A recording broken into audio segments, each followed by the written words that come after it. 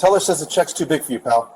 Step away from the counter. I have an account here. Check the system. Look, we know a fraudulent slip when we see one. Don't make this hard. I am not moving until I speak to the manager. Back off. That's it. You're trespassing. Turn around, now. Touch me and you'll find out I own 70% of this bank.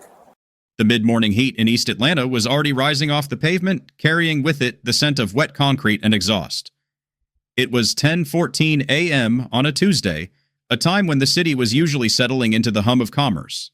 But at 135 Kingswell Street, the friction that would eventually tear through the corporate lattice of a regional banking empire was just beginning to spark. Terrell Davis stood outside the heavy glass doors of the branch, wiping a smear of drywall dust from his forearm. He was exhausted. He had been up since 4 in the morning at the retrofit project on the old textile mill 3 blocks away, a passion project designed to convert a derelict eyesore into affordable housing and retail space for local vendors.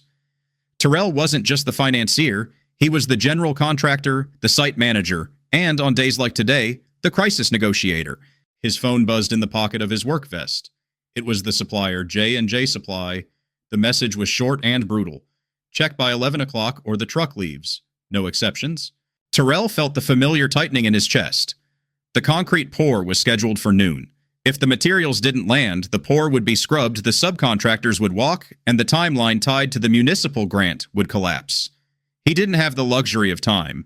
He didn't have the luxury of going home to change.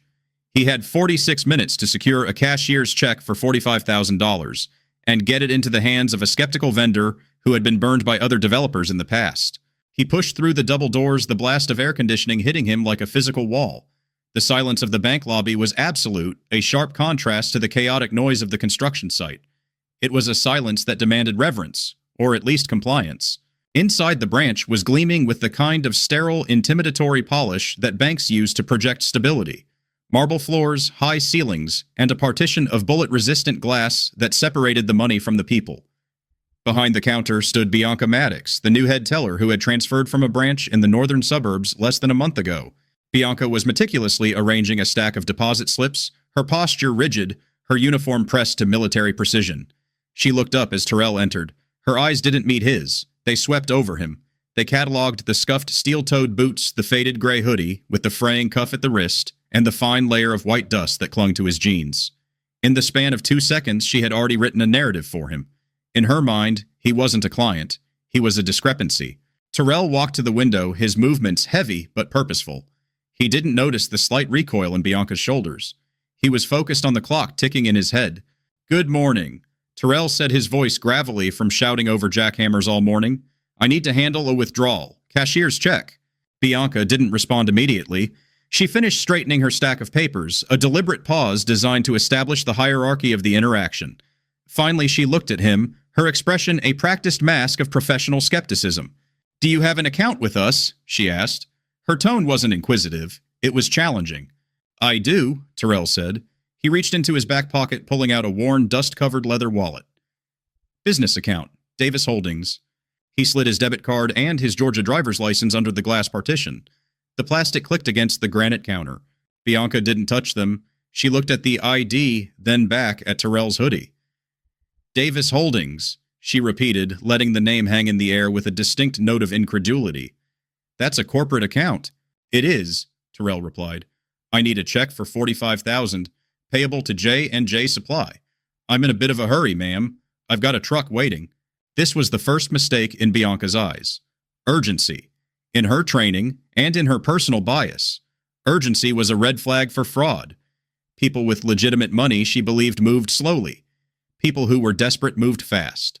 "Sir," Bianca said, crossing her arms, "I can't just issue a check of that size on a walk-in request, not without verification, and frankly we have protocols regarding the condition of identification." "Condition?" Terrell frowned. He looked at his license. It was dusty, sure, but valid. "It's a valid ID. Swipe the card. The system will pull up my profile." "I'm not swiping anything until I'm comfortable with the transaction," Bianca said. She leaned forward slightly, her voice dropping to a harsh conspiratorial whisper. "We have standards for our commercial clients here. This isn't a check-cashing spot." The phrase standards for our commercial clients acted as a dog whistle. It wasn't explicitly about race, and it wasn't explicitly about class, but it was about belonging. She was telling him in coded language that he did not look like he belonged on the signature card of a corporate account. Terrell felt the heat rise in his neck. This was the reputation trap. He knew it intimately. If he raised his voice, if he slammed his hand on the counter, he would validate her bias. He would become the aggressive male she was already bracing for. He had to be colder than she was. Ms. Maddox, Terrell said, reading her name tag. I am not asking for a favor. I am asking you to access my funds. The truck leaves in 40 minutes. Please check the system. I am checking the visual evidence, Bianca retorted. And what I see is a high-risk interaction. I'm going to need to see secondary ID, a credit card, a passport. My passport is in a safe at home, Terrell said, keeping his voice steady. I have my debit card. I have my license. That is all that is legally required. Then I can't help you, Bianca said. She reached under the counter. To the right of the teller station near the door, a security guard named Henderson shifted his weight. Henderson was a contractor working for a third-party security firm. He didn't have health insurance. He didn't have job security. He was paid hourly to ensure the branch didn't get robbed and that the lobby remained orderly. He had been watching the interaction with growing unease. He saw a large man in construction gear. He saw the head teller, a woman he knew to be strict and often abrasive, signaling distress. He didn't know the context. He only knew the visual cues. Henderson, Bianca called out, not taking her eyes off Terrell. We have a disruptive customer refusing to follow verification protocols. Could you assist? Terrell closed his eyes for a brief second. Disruptive. The narrative was being cemented. Sir, Henderson said, stepping forward. He rested his hand on his belt near the radio, but not on his weapon. I need you to step back from the window. Terrell turned to look at the guard. I haven't finished my business. The teller says you're done, Henderson said. Don't make this a thing, man. Just step back. I can't leave, Terrell said. If I leave, I lose the contract. I have money in this bank. I have a right to access it. He's aggressive, Bianca added, capitalizing on Terrell's refusal. He's demanding access to an account that, frankly, doesn't match the profile. I suspect the card might be stolen. Stolen. The accusation hung in the dead air of the lobby. At a desk behind the teller line, a junior associate named Marcus froze. Marcus was 22, a local kid putting himself through night school. He knew Terrell. He had seen Terrell at the community meetings. He had seen Terrell handing out turkeys at Thanksgiving. But Marcus also knew Bianca. He knew she had the ear of the district manager. He knew she managed the shift schedules. If he spoke up, he was risking his rent money. Marcus looked at his computer screen. He typed in the name Davis Holdings just to see. The profile loaded instantly. His eyes widened. Back at the counter, the situation was escalating. Terrell realized that arguing was futile. He needed to prove it. He needed the digital truth to override the analog prejudice. He reached into his pocket for his phone. I'll show you the app, he said. I can log in right now and show you the balance. Don't reach, Henderson barked, stepping into Terrell's personal space. I'm getting my phone, Terrell said, holding the device up.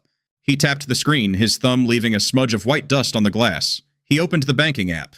The loading wheel spun, and spun, and spun. The bank was a fortress of granite and reinforced steel. The cell signal inside the lobby was notoriously dead.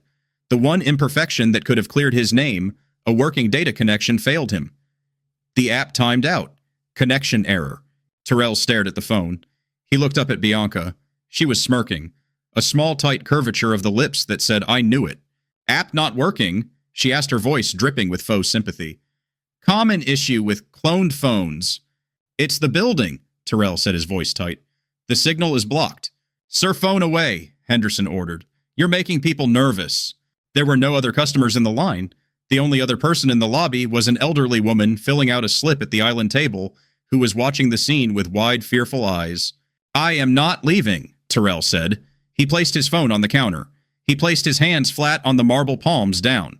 He spread his fingers. He took a deep breath, inhaling the smell of floor wax and stale coffee. This is the receipt's silence, he thought. Don't speak, don't argue, make them look. Check. The system, Terrell said. Then he locked his jaw and went silent. Bianca let out a sigh of exaggerated patience. I am calling the police, she announced. Henderson, detain him. Sir, Henderson said, moving to block Terrell's path to the exit, though Terrell hadn't moved to leave. You need to come with me to the office. No, Terrell said. He didn't shout. He didn't flinch. I am waiting for the transaction. Henderson, get him away from my window, Bianca shouted, her composure cracking. He's refusing to comply. Henderson reached out. It wasn't a strike, but it was a breach. He grabbed Terrell's left elbow, intending to guide him forcefully toward the seating area. Terrell didn't strike back. He didn't pull away violently. He simply planted his feet heavy, steel-toed boots, gripping the polished floor, and stiffened his arm. He became a statue. The somatic stress was visible now. The muscles in his neck corded his jaw, clenched so hard a vein throbbed at his temple. He was vibrating with the effort of not reacting. "Get your hand off me," Terrell said. The command was low guttural. Henderson's radio squelched loudly with static, a burst of noise that garbled his response. "Policy, force, back." The broken audio added to the confusion. Henderson wasn't sure if dispatch was calling him or if it was just interference. He hesitated, his grip loosening slightly. "Stop." The voice came from behind the glass. It wasn't Bianca. Marcus stood up. He pushed his chair back so hard it tipped over, crashing onto the linoleum floor with a sound like a gunshot. The noise shattered the standoff.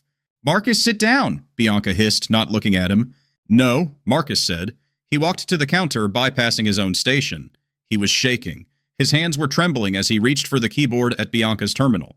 "What are you doing?" Bianca shrieked. "Get away from my drawer!" "You didn't check it," Marcus said, his voice cracking. "I watched you. You didn't check the name." "He's a security threat. I don't need to—" "Check the name," Marcus yelled, slamming his hand down on the counter next to Bianca's keyboard. The physical act of insubordination stunned the room. Henderson let go of Terrell's arm and stepped back, his eyes darting between the teller and the junior associate. The hierarchy was broken.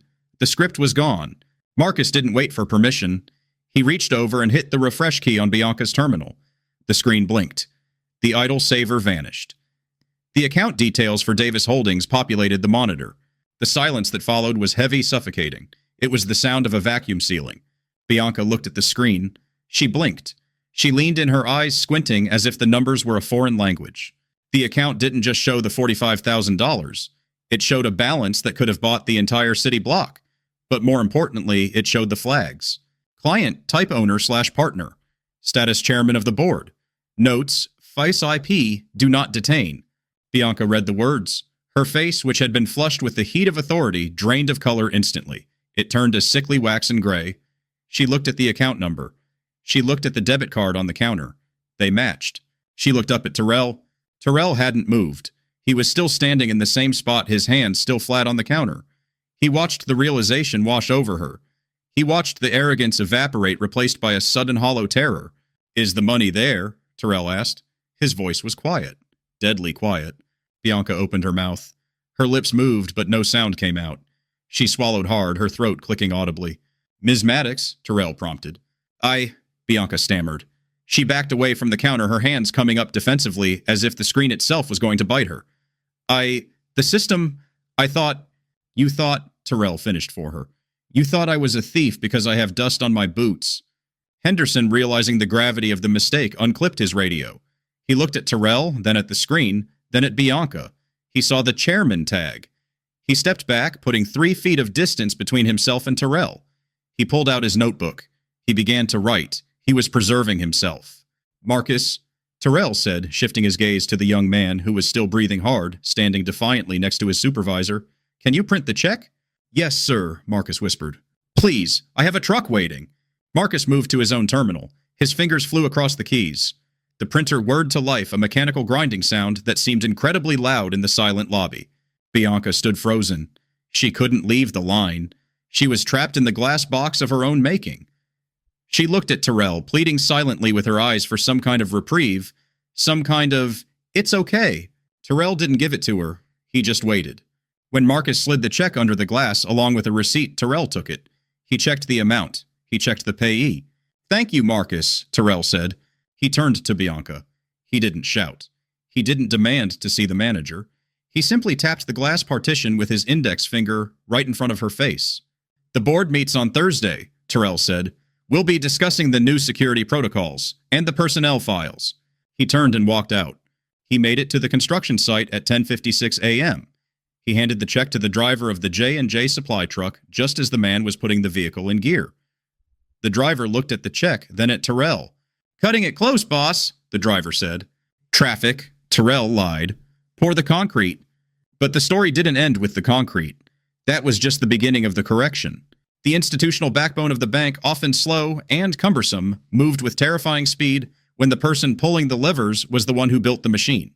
At 11:30 a.m., while Terrell was overseeing the foundation work, he made a call.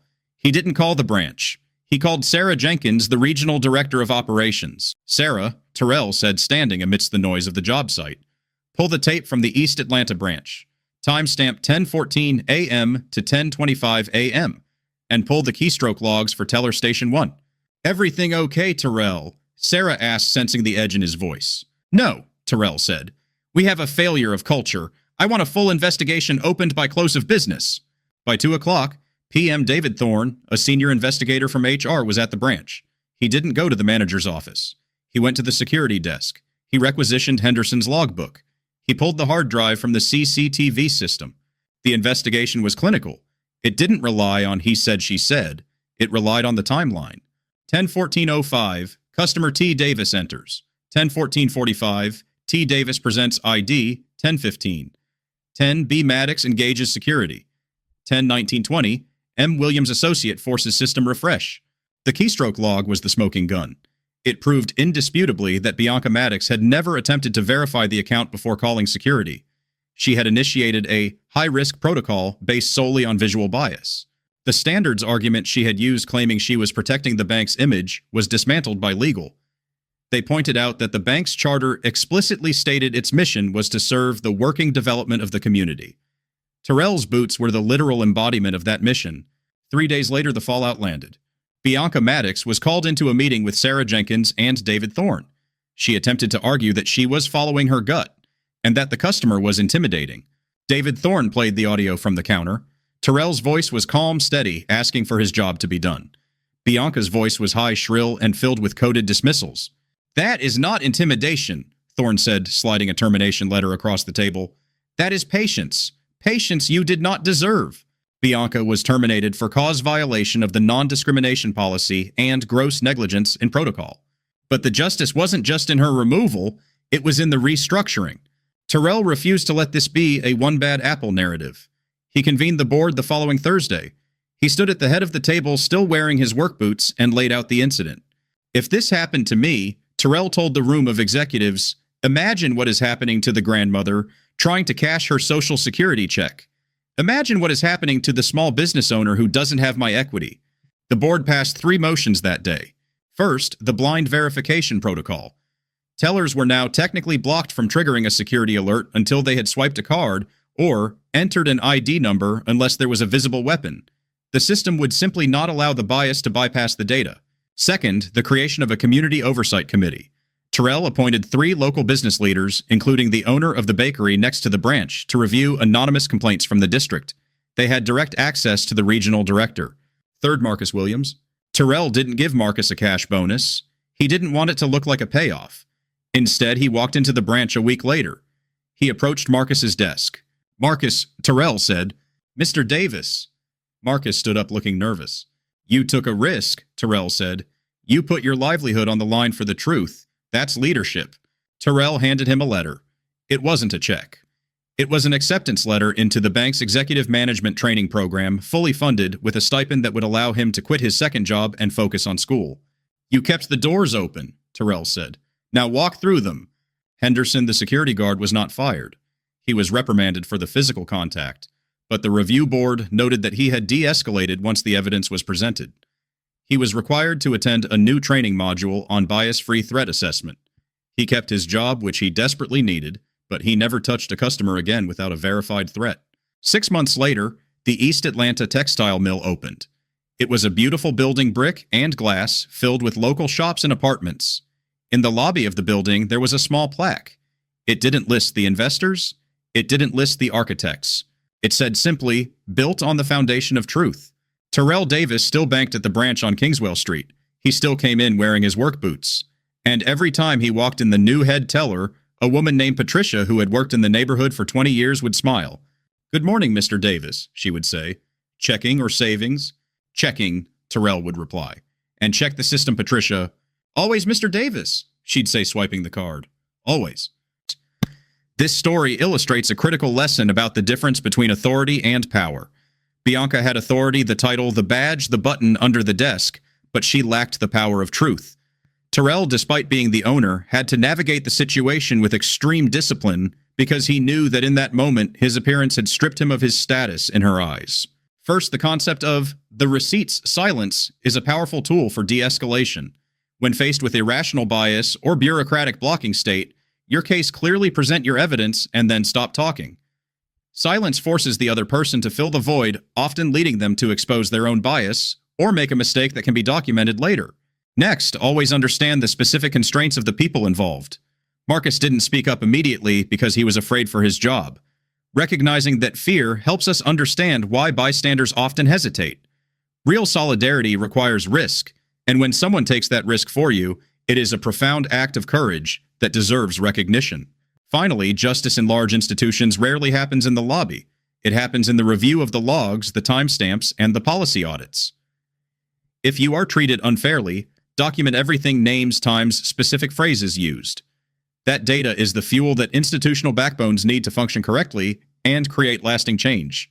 Some elements are selectively fictionalized for education.